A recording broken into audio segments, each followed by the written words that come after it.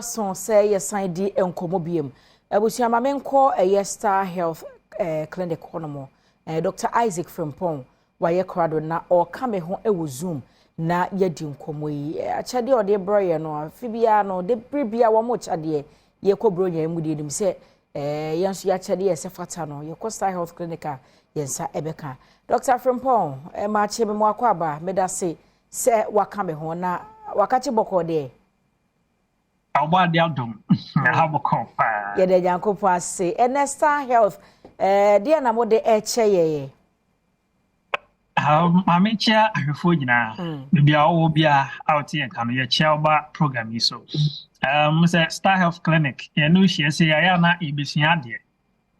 Na your tooth.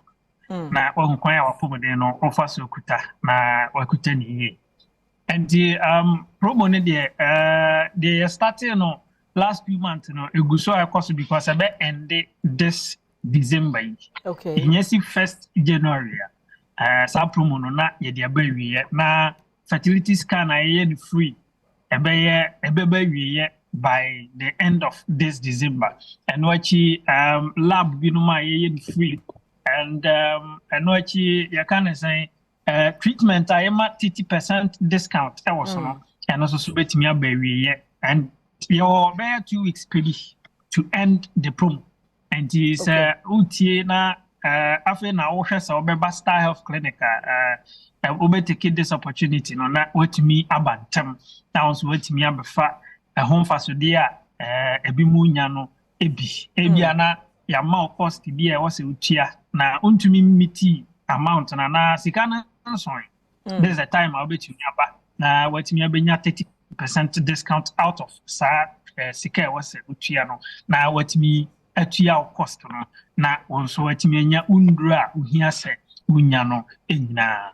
And Dr. Frimpong eba cho me ba ye kodi bro nya na se mu mbreki mu gina mu bekoso aye adwuma saa mu de mu fa break ho. Good bro nya yi mu no ade se ye be breaki aye eda aye 23rd 23rd ye wo ye nimi. Okay, ye be breaki na you break it 23rd you best resume work on 28th. Oh, okay. There's a 5 days per na mokojima home. 5 days per and you kwajia home. Nti aya 23rd ya ebe aya dia say aya Saturday you be break it from 23rd to 28th.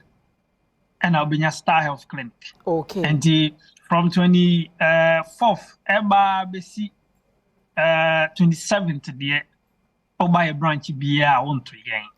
And it's over bar, I was so bantam. Na what me as I this week, any week here, you be see me, okay, the weekend. And it's a look mudia, yes, a free 28th, 29th, more and I'll be to me and your Star Health Clinic. Na papa to ye now, yen, a digma. A dear na a 2 be a was so to be the can the Star Health Clinic. On the Star Health Clinic, dear, ye jim prebre ya ria hodo ni nyina ne mum bibia yakwada mu a result no aya na yetimi na oto nchiampo e na ye awode ya ria bam ana se awo a eho aye den na wako ache na emma anti se wawari mfie bebre na wako awo ho a awo ni ntumi ma Star Health Clinic the because ye na ye fertility package yetimi di treat wo yawe bi e wo ho e make sure say obenyisan ansana ye jaawu and this wa wona wa pon a emma no okọ bebi no ye say wo ovaries ni bi na say ana say ye say we develop fibroid bi ana e bi a ye say wo de no ye nim adekore wo ho enso still wa wona na emma e honom no ena ye ho ade yi pa nti ye no ye behwe akohunu ade property ye hawo na ya boa treat na afi ya mawo fertility treatment e betimi ama wanyinsen na the other so say ye fertility package no say ye register oba e de wo ka ho say o hwehwe awo a ukunu a wo ye ho kan ni so no ye hwe no free a ontie sika fufuru bia. Okay, because say nya oba nko ande wo e oba ne be ma na wo anti say oba no oba no be register for fertility package no hwehwe award there Maybe I make us a fiber that would be brain or maybe the tubes are blocked, maybe the Nkosiani in us say near the you bet treating in a year treating in ano, not bear man so say, ya chakena the seaman no, a what they for one and come one eye, ye ban a what they for one. On TS Cafufrubia, a free, a treaty at the mano, I'm on a spam no be boosty up until you ever heard of him say, means I know ever, but means I'm bar and a year jail. And I say, yeah, treatment, you know. That is star fertility package, you know. Metiasie ya, obi betumi aba na wa be register de ho ahye package ni mu a mo behwe na akopem se de wo pe no ne nsa beka ne kunu kura nso de mo behwe ni free esanse no beka ho bi na ama de nsa tumi akaba na wo pe no. Exactly. And star fertility package, you know, said that say you register do kan ho a cost I de be ma ye de ma oprepo. Yes, I use it for bia. So treatment ne be delay. Say treatment ne be cost 1 cedi a. Na mo aka akire me. Enti 1 cedi na me minim se me deka. Enti mo be me sa still no 1 cedi no a metwia no a. 1 cedi no a untua sika foforo bia. Cost I de be ma for fertility package no. Say so eno an ye de hwe wo a ahwe okunu aka ho. Akopem se nyinsen beba. Se wa wo de no aye dempo Adameji saying nothing.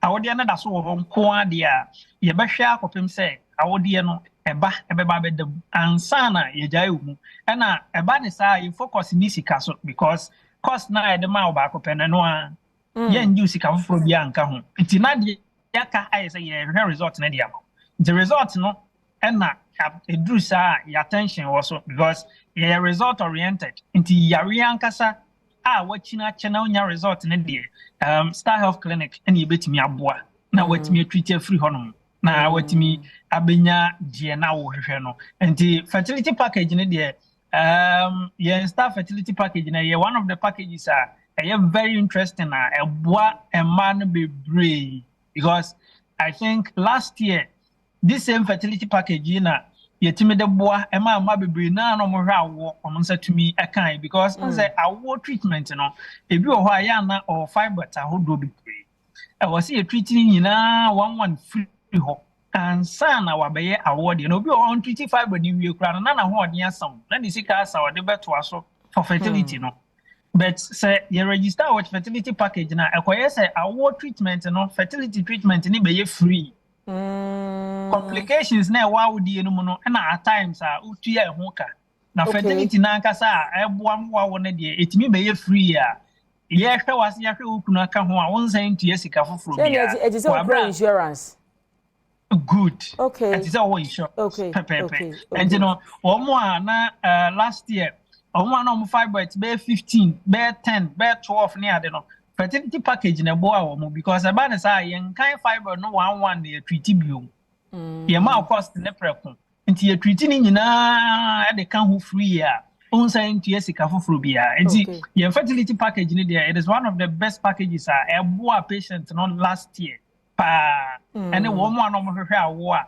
aboa mo mo nsa etumi ekan wo mo wo Ghana wo mo wa ma no ni nyina no bebre na ene benefit e free so and you know this time so you be and there no just this coming 23rd na yasin break I resume 28th of this December the end of 31st no na say ye promo na ye ni nyina no ye de aba ewiye na obi hwehwe Star Health Clinic obehu mo branches ni bi no wura ye branches no obenya ye wo Accra side ho obenya ye wo Kasoa Akwele Otacity kwa obesan so anya yen wo Kumasi branch no we joso kwa mo ye ben 4 junction no e ye san ben Baptist church no e kwa mo inside hono mo a obesan anya wo Sunyane branch no wo police land bibia police for school no wo no ye ben wo mo e wo Abisim ekwan no eso hono mo esa obesan anya yen wo Doma Ahinkro Doma branch no e wo SS locus area wa ye ben gift FM Jama South so yo Jape Krum fitamu shano so sa efa emame eho nyina number befre na obenya yen no me de 225 troto ho na yentimi monko no nto aso number no e 0249 200 555 misi number no so bio 0249 200 555. I don't know about free. Now, still, your vacancies be and so I bet the for sonographers. So, my trust can. Okay. My trust can. Still, you're saying here a bimon so I can. Yeah, be, but still, here a bimon so I can. And a number chrono. And some friend number corona. And I be here lab technicians, medical lab technicians are registered with Allied Health. Okay. I'm also be here such category of workers no and so be. Okay. Lab and casa. Almost the same number no 0249 200 555. Dr. Frimpong, yeda sepa no pay and nkobotwetwe. And your futu awodi ama Dr. Isaac Frimpong Star Health Clinic and our war and